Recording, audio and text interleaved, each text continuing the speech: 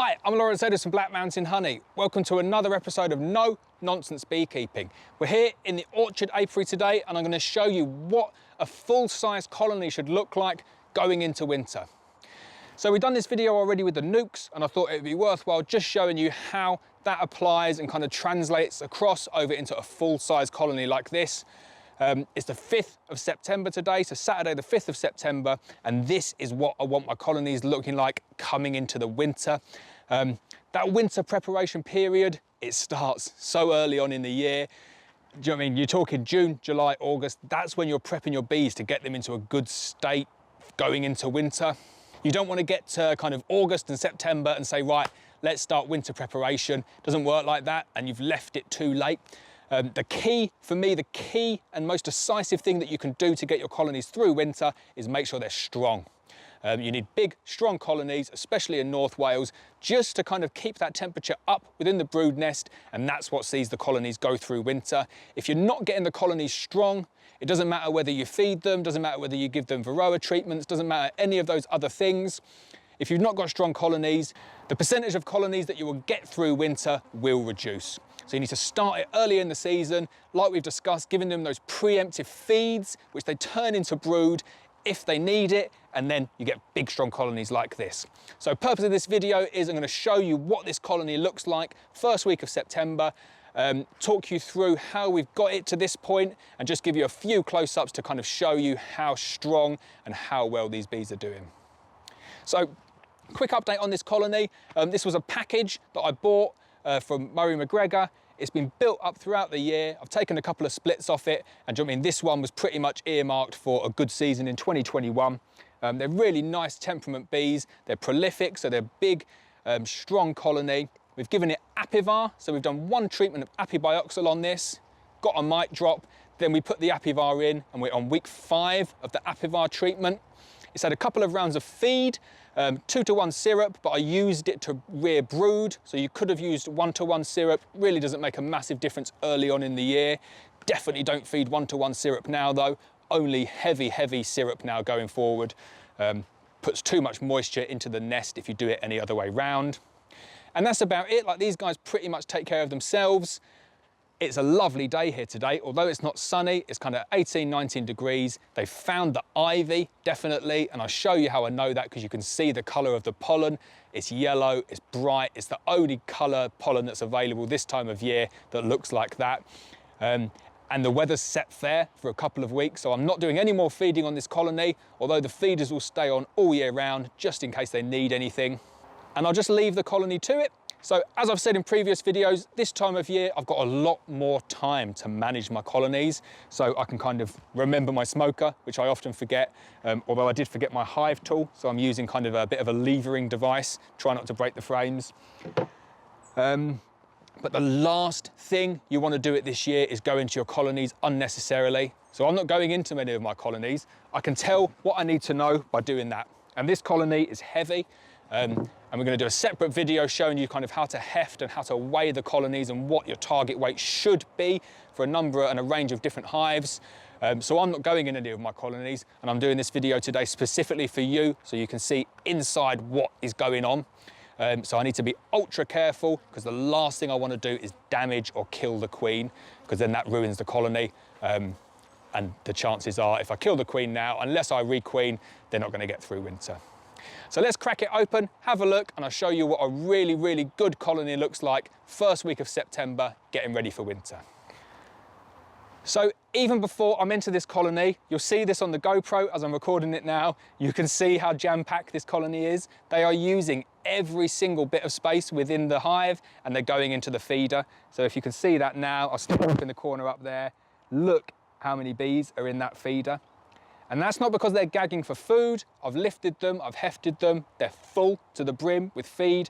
That's because they're running out of space. So instead of bearding out the front, they've worked out that they've got a little bit of additional space in the feeder there, in that feeding entrance, and they're just making good use of it. So they've probably started drawing a bit of comb. Yeah, they have. You can see a bit of comb there. That's not the end of the world. Obviously, you don't want the queen up there. That's not ideal. So you can put a queen excluder in to stop that happening. So you just need to be careful taking them out. Don't want to squish the queen. And yeah, like That is a lot of honey in this colony. Completely full to the brim with stores. So I'm just looking for that queen. I can't see her on there. Just going to rest her up.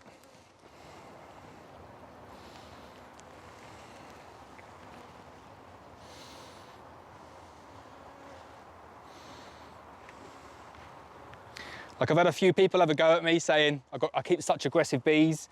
The bees are always flying up around in every video, and it's because I don't smoke them. Do you know what I mean? Use a little bit of smoke on these bees and they're absolute pussycats. And as you can see with this colony here, and I'll do a couple of close-ups with it as well, they're not flying at me, they're not jumping off the frames, they're just kind of chilled bees. Do find they're a little bit more chilled this time of year for some reason. But yeah, take a look at that. Do you know what I mean? They're really, really nice chilled out bees.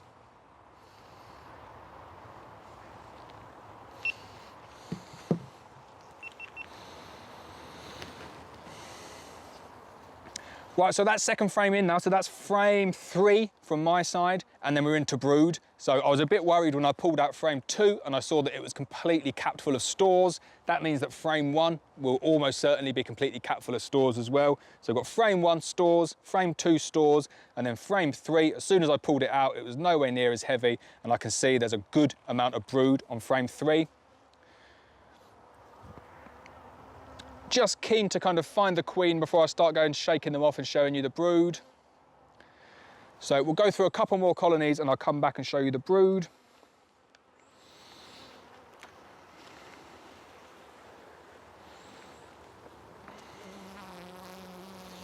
On to frame 4 now, and again, that is pretty much full of brood. Nice ring of stores though, and that's why I like my 14 by 12, because it gives you that ability to have the brood and the stores on the same frame, something that I really do like.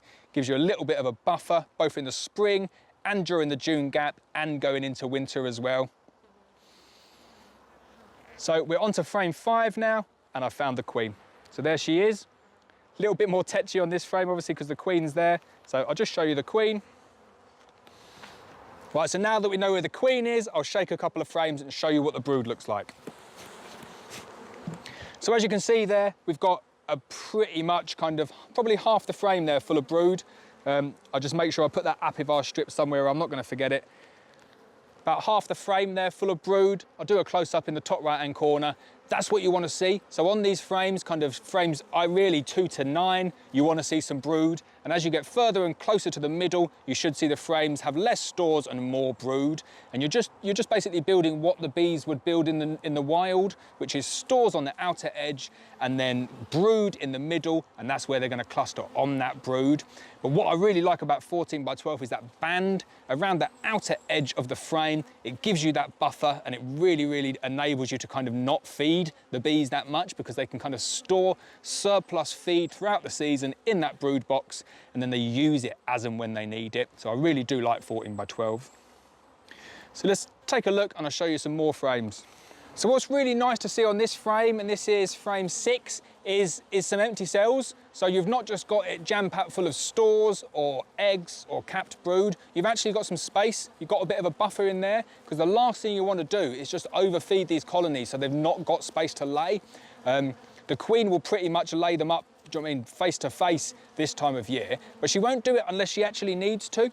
And it's good to have that buffer of, do you know what I mean, a really nice, this is a strong, heavy colony, but it's got a little bit of space for the queen to kind of ramp up that winter brood laying to give you the winter bees. So she's obviously not reached that point yet where she wants to go ahead and do that. She's having a natural brood break, obviously on this frame at least. There's brood in all stages on the other frames, but this is a really, really nice sign. So don't think that, do you know what I mean, first week in September, every single cell needs to either have stores or eggs or brood. It's a healthy sign for there to be some empty cells. And that's not to say that you want, do you know what I mean, a frame of empty cells. This one here, it's got a bit of brood in it, bit of capped brood, couple of eggs, got some stores in it, and then there's patches where there isn't any of that, and it's just empty cells, and that's healthy, so don't worry about that.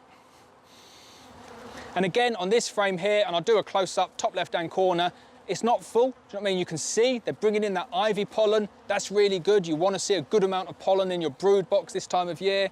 They've got stores over the top, little bit of capped brood on the other side. but there's a lot of empty space. Now the queen will use that and the colony will use that to kind of the best effect. So if they need it to kind of create winter bees, they'll use it. If they don't, they'll condense everything in and they won't use it. The last thing you want to do with a colony this time of year is start going in and kind of unnecessarily moving stuff around. The bees will do that for you. They'll set themselves up in the best configuration possible to get themselves through the winter. And then what I'll do, and I'll show you this in a later video, if you need to dummy them down, you can do that kind of just before they're going into winter. So if they're kind of condensed over this side, so say the first 6 or 7 frames of the hive, and there's literally nothing here, or there's excess stores, you can take those out and you can replace it with a dummy frame, an insulated dummy frame. And then what you're doing is you're reducing the void, which means that the bees stand a better chance of overwintering in that configuration. Shouldn't get to that point though. You really want to make sure that they fill the box like this one, really nice and full of bees. This one definitely won't need that. But you can kind of do a little bit more damage than good by going and tinkering too much at this time of the year. So just be careful, make sure you put the frames back in the same order and configuration that when you opened it up in, and just be careful not to squish that queen. It's game over if you squish the queen, so make sure you don't kill her. So we'll put this colony back together again there. We'll talk a little bit more about how to successfully overwinter full-size colonies.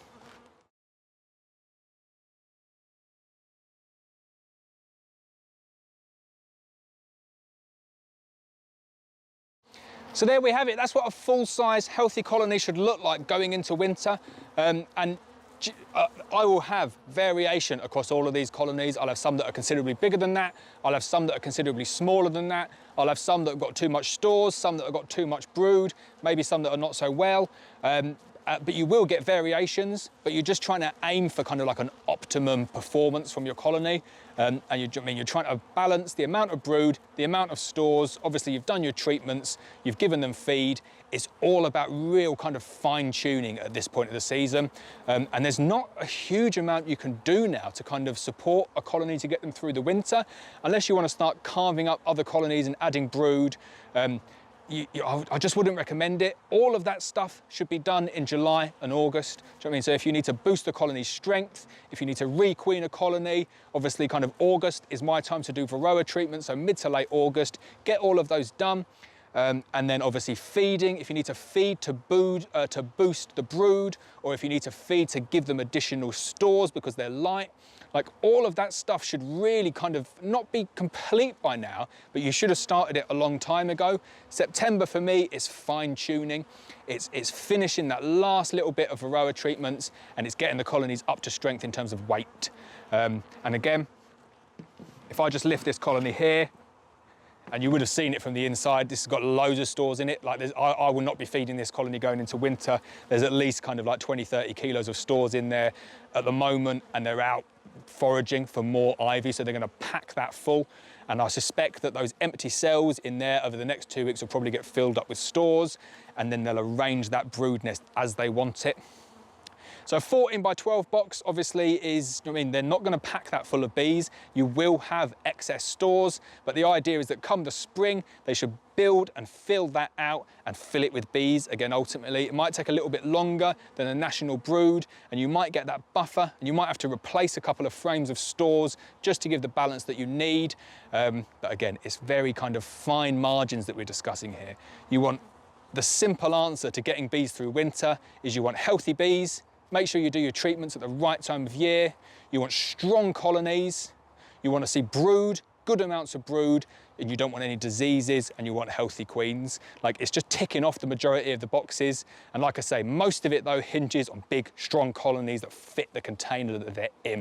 It doesn't matter whether it's a 3-frame nuke, 6-frame nuke, 14 by 12, single national, double brood, it just doesn't matter. They need to be full of bees, and they need to be healthy bees.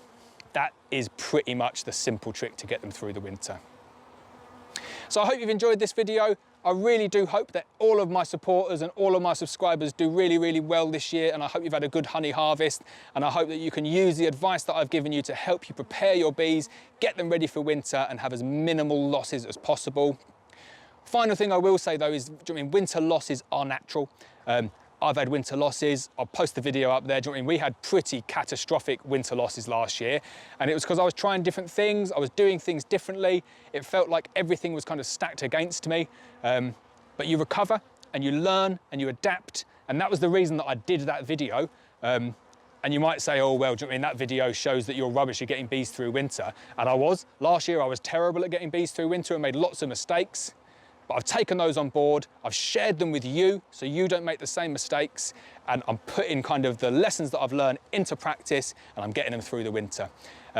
So I'll do, as always, I'll do an update next year, showing you this same colony, hopefully, unless we've lost it, and giving you the numbers and show you the difference in performance between last year, which was really bad, I mean, kind of 25–30% losses, and then this year, and I'm hoping to get that back down to below 10% losses.